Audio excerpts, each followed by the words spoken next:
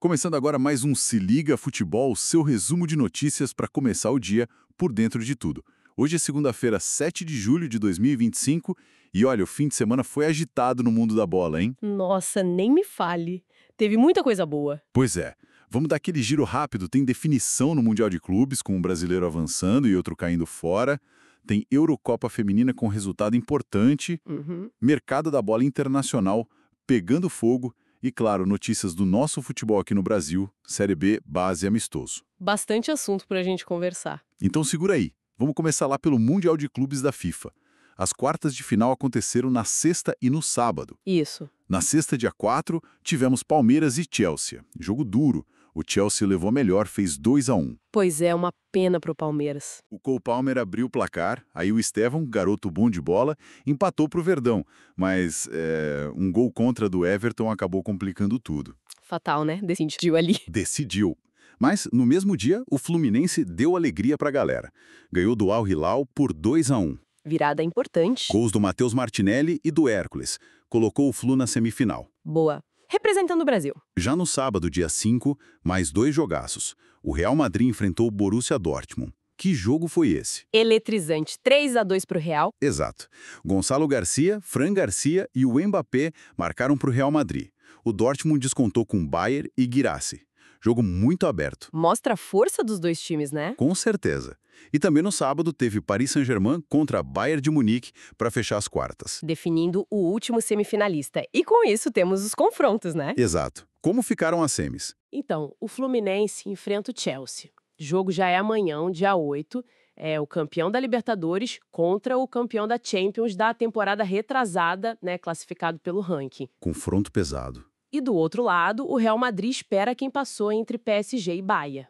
O que esse novo formato mostra, eu acho, é esse equilíbrio maior. Verdade. O Fluminense teve que buscar a virada, o Real sofreu contra o Dortmund.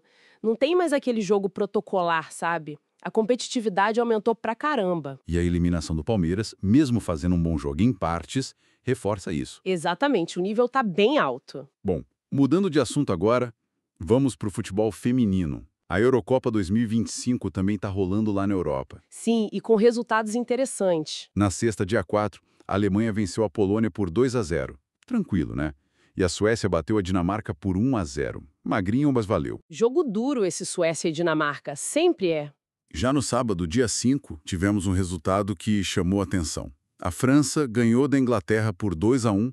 As inglesas são as atuais campeãs, né? Pois é, uma vitória gigante da França, mostra que elas vêm forte e que a Inglaterra vai ter trabalho para defender esse título. E também teve Países Baixos, 3, País de Gales, 0. E nesse jogo um destaque individual enorme. A Vivian Miedema, atacante dos Países Baixos, marcou e chegou ao 100º gol dela pela seleção. Uau, 100 gols. Uma marca histórica. Impressionante o que ela joga. E isso reflete o crescimento do futebol feminino, né? A gente vê a audiência aumentando, o interesse crescendo. Aqui no Brasil também, é muito legal ver isso. Com certeza. Agora, falando em agitação, mercado da bola internacional. Nos últimos dias, muita coisa aconteceu. Sempre agitado nessa época, né? Como uma bomba lá em Barcelona. Nico Williams, ponta do Athletic Bilbao, renovou. E não foi qualquer renovação. Até quando? Até 2035. Um contrato longuíssimo. Frustrou os planos do Barça, que estava de olho nele. Nossa. E agora o Barcelona? Parece que já virou a página. O foco agora seria Luís Dias, do Liverpool. Dizem que as conversas estão avançando bem. Um ótimo nome também, rápido, habilidoso. E olha só essa situação no Manchester United. Segundo as notícias, 5 jogadores pediram para sair. 5? Quem são? Antony, Rashford, Garnacho, Sancho e Malásia. Uma lista de peso. Caramba, isso aí pode ser uma reformulação grande no United, hein? Talvez uma insatisfação geral ali. Pode ser. E o Barcelona, vendo essa situação, já teria até voltado a conversar sobre o Rashford. Faz sentido, precisam de um ponta depois da negativa do Nico Williams. Rapidinho outras notas. Tammy Abraham, atacante da Roma, está bem perto de ser emprestado ao Besiktas, e o Takehiro Tomiyasu rescindiu com o Arsenal. Está livre no mercado. Movimentações interessantes. E aqui no Brasil, a notícia do fim de semana foi o Botafogo. O clube informou a Confederação Brasileira de Futebol que escolheu seu novo técnico, David Ancelotti. O filho do Carlo Ancelotti, né? Uma aposta ousada do Botafogo. Um nome jovem, com uma experiência importante na comissão técnica do pai, claro, mas como treinador principal é um passo novo. Gera muita curiosidade. Muita expectativa, né? Vamos ver como vai ser. Pra gente fechar, vamos dar aquele giro pelo nosso futebol aqui no Brasil? Bora. Na Série B do Brasileirão, o Coritiba venceu o Volta Redonda por 2-0 no sábado. Os 2 gols foram do De La Torre. Com isso, o Coxa assumiu a liderança isolada. Boa fase do Coritiba. E o Avaí empatou sem gols com o Paysandu fora de casa. O pontinho foi importante e colocou o time de volta no G4. A briga pelo acesso tá muito boa, muito embolada. E o Vila Nova também foi bem. Venceu a Ferroviária fora de casa, por 3-1, resultado expressivo. A Série B tá pegando fogo mesmo. Vários times buscando essa vaga na Série A. Falando em base, que é sempre importante, tivemos final de campeonato no Rio de Janeiro no domingo. Estadual Sub-15. E foi um Fla-Flu. Clássico é clássico, em qualquer categoria. E que jogo! O Fluminense venceu por 2-1 no tempo normal. Mas como o Flamengo tinha ganhado a ida, a decisão foi pros pênaltis. Emoção até o fim. E quem levou? Deu Flamengo. 3-2 nos pênaltis. Campeão Sub-15.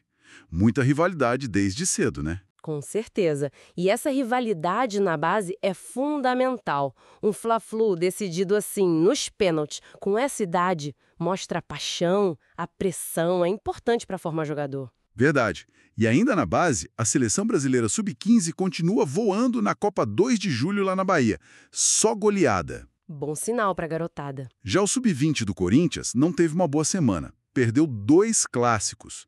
Para o São Paulo no Brasileirão e para o Palmeiras no Paulista. Semana difícil para os garotos do Timão. Faz parte do processo também, né? Aprender com as derrotas. E para fechar o giro, no domingo, o Cruzeiro jogou um amistoso internacional, a Vitória Cup, e venceu o Banfield, da Argentina, por 1-0. Bom teste pro Cruzeiro. Bom, acho que cobrimos bastante coisa hoje, hein? Sim, um bom resumo do fim de semana e do que tá rolando. Valeu pela audiência. É isso aí, ficamos por aqui hoje. Continue ligado com a gente para não perder nada do mundo da bola. Até a próxima.